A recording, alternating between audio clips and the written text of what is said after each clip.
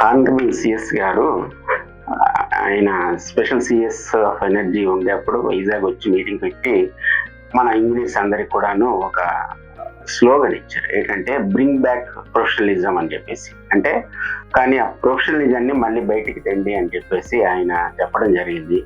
ఆ పిలుపు మేరకు చాలా చోట్ల అంటే యాక్సిడెంట్స్ తగ్గటం కోసం ఆయన ఈ స్లోగన్ ని మళ్ళీ ఆయన డెడికేట్ చేశారు. అలానే ఇంత ముందు మనం మోక్షగుండ విశ్వేశ్వరయ్య గారు లాంటి వాళ్ళు ఆదర్శప్రాయులు ఉన్నారు.